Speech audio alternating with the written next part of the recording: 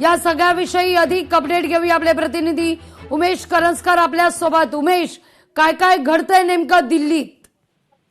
लाजमी सकाळपासूनच दिल्ली जी आहे ती सर्व राजकीय केंद्रस्थानी आपल्याला पाहायला मिळते। सध्या जर आपण तिकडची परिस्थिती पाहिली तर सर्व तरुण मंडळी आणि जी विद्यार्थी आहेत ते जवळपास संसदेच्या जवळ पोहोचलेले आहेत। त्याच्यामुळे संसदेचे दरवाजे बंद करण्यात आलेले आहेत, संसदेचा गेट बंद करण्यात आलेला आहे आणि पोलीस असतील म्हणजे दिल्ली पोलीस असेल किंवा मग रिझर्व्ह पोलीस असेल आणि यासोबत काही जवान असतील या सगळ्यांना तैनात करण्यात आलेले आहे। काही सेकंद मी तुम्हाला थांबवते।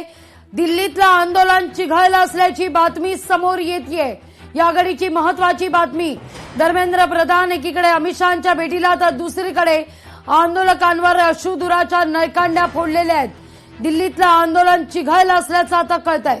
उमेश, दिल्लीतलं आंदोलन सध्या चिघळण्याची परिस्थिती आपल्याला पाहायला मिळते, कारण तरुण जे आहेत ते अत्यंत प्रचंड आक्रमक झालेले आहेत। कारण सकाळी ज्यावेळेस हे संसदेच्या दिशेने निघाले होते त्यावेळेस त्यांच्यावरती लाठीचार्ज करण्यात आलं होतं आणि त्यानंतरच या संपूर्ण आंदोलनाला हिंसक वळण मिळते। माफ करा, काही सेकंद मी तुम्हाला विनंती करते, थांबावं।